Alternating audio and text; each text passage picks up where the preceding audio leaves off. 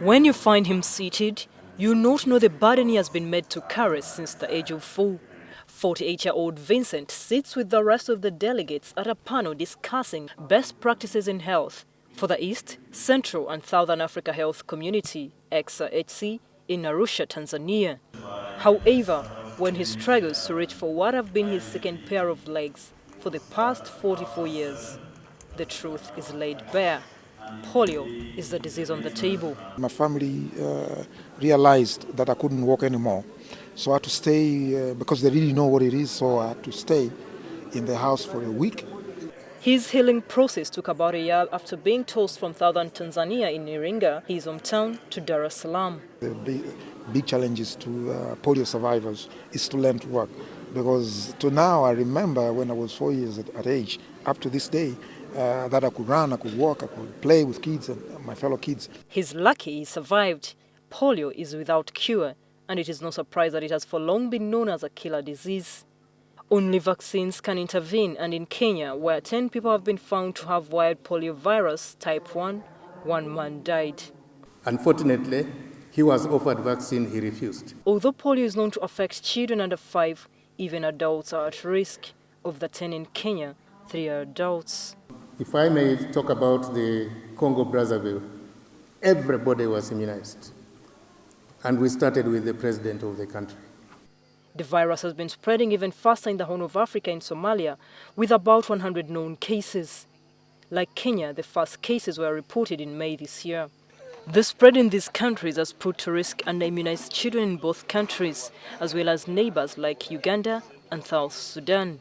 According to the 2011 WHO and UNICEF estimates of DPT-3 coverage, Ethiopia has 1,197,000 children under-immunized. South Sudan has 280,000, and Uganda and Kenya have about 250,000 each. Cross-border meetings have now been in effect, having started between Kenya and Somalia. The question now is whether it is feasible to immunize people at cross-border points.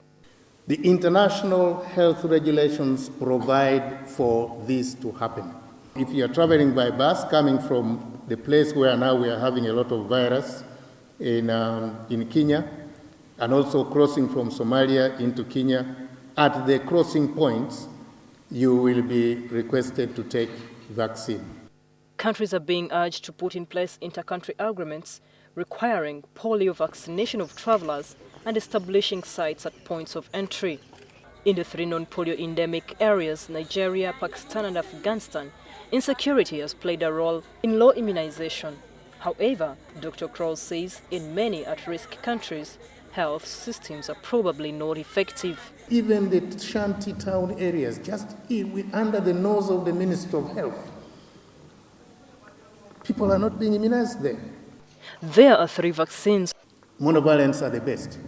They give immunity up to about 98%. If you give the first dose, it goes to 70, and then the second dose will reach about 98%, and then the rest is almost near 100%.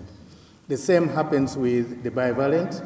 It also goes up to around 98% by the time you have given the 3 doses that we are talking about. Trivalent, you don't even, usually it's up to about 85%. These take about 10 to 21 days for them to achieve the level of expected immunity.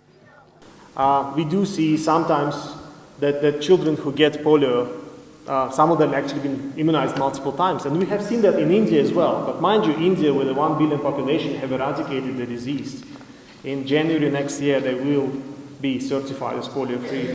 Routine immunization. It is the first strategy for polio eradication, and it's also the first strategy for measles elimination. It is the first strategy to be able to deal with any of the vaccine-preventable diseases. The saddest thing is to see a kid, a small kid, a young girl, a young boy, still in Africa, still with polio.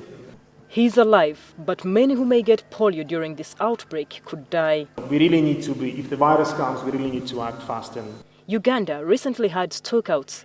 At this time of outbreak, these can hurt any country. This is a problem, and we have to make sure that if there is a change, that there is good, solid technical support after the change is going on, and there has to be continuing support from the government to make sure that this operation is going on. The World Health Organization is set to immunize in the next 6 months 34 million children, mostly in the Horn of Africa, where about 9 out of every 10 children are not fully immunized. Since 1988, polio cases had reduced by 99% in an effort to eradicate this disease, from 350,000 to only 223 in 2012. WHO now fears that with the mobility of the virus, failure to eradicate polio could lead to 200,000 new cases every year within 10 years to come. As long as even just one child remains infected, children in all countries are at a risk of contracting polio. Uganda's last polio cases were in 2009, 2010 and 2011. Florence Nalimba, NTV, Arusha, Tanzania.